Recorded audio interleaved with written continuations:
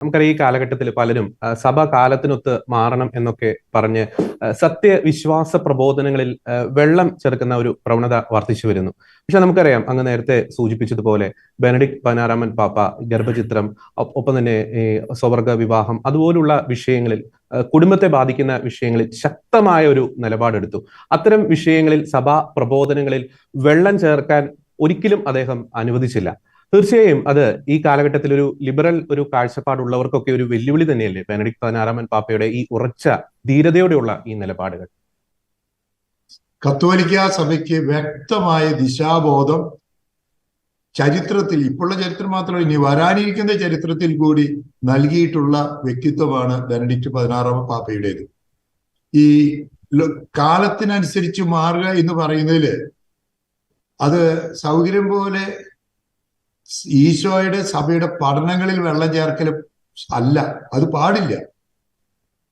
അനുരൂപണങ്ങൾ കാലോചിതമായിട്ട് നമുക്ക് ചെയ്യേണ്ടി വന്നേക്കാം. പക്ഷെ അടിസ്ഥാന തത്വങ്ങളില്, സഭയുടെ പഠനത്തില്, ഈശോ പഠിപ്പിച്ച കാര്യത്തില് അതില് വ്യത്യാസങ്ങൾ വരുത്തിയാൽ സഭ തന്നെ ഇല്ലാതാകും. അതുകൊണ്ട് ബെനഡിക്ട് മാർപ്പാപ്പ ഇങ്ങനെ വെള്ളം ചേർക്കാതെ സഭയുടെ പഠനം ഔദ്യോഗികമായി അസന്നിഗ്ധമായി ഏറ്റവും നല്ല ക്ലാരിറ്റിയോടെ, വ്യക്തതയോടെ ലോകത്തെ പഠിപ്പിച്ചു. ഇന്നും നമുക്ക് ഇനിയുള്ള കാലത്തിലും ഈ ബെനഡിക്ട് മാർപ്പാപ്പയുടെ ദർശനവും ശൈലിയും പഠനവുമാണ് നമുക്ക് മാർഗനിർദ്ദേശമാവുക.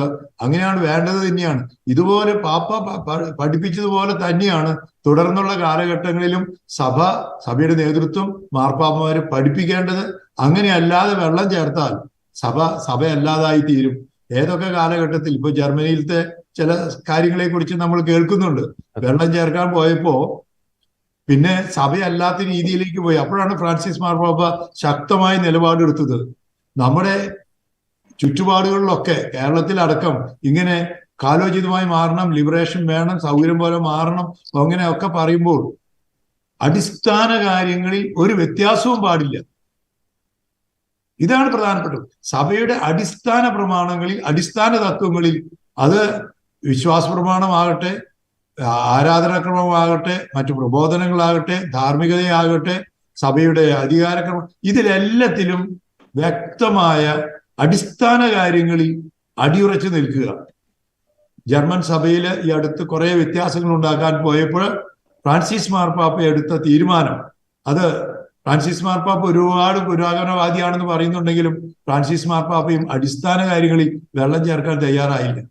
ഫ്രാൻസിസ് മാർപ്പാപ്പയും ബെനഡിക്ട് മാർപ്പാപ്പയും ഉദ്ധരിച്ചുകൊണ്ട് പലരും ഇങ്ങനെ സൗകര്യം പോലെ വ്യാഖ്യാനിക്കാൻ ഈ കാലഘട്ടത്തിൽ ചെയ്യുന്നുണ്ട്.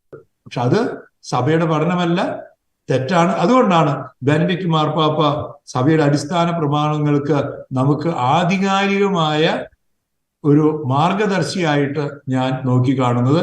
മാർപ്പാപ്പ അതുകൊണ്ട് തന്നെയാണ് ബെനഡിക്ട് മാർപ്പാപ്പയെ നമുക്ക് കുറച്ചും കൂടി സ്നേഹവും ചരിത്രത്തിൽ ആദരവും ഉണ്ടാകുന്നത്.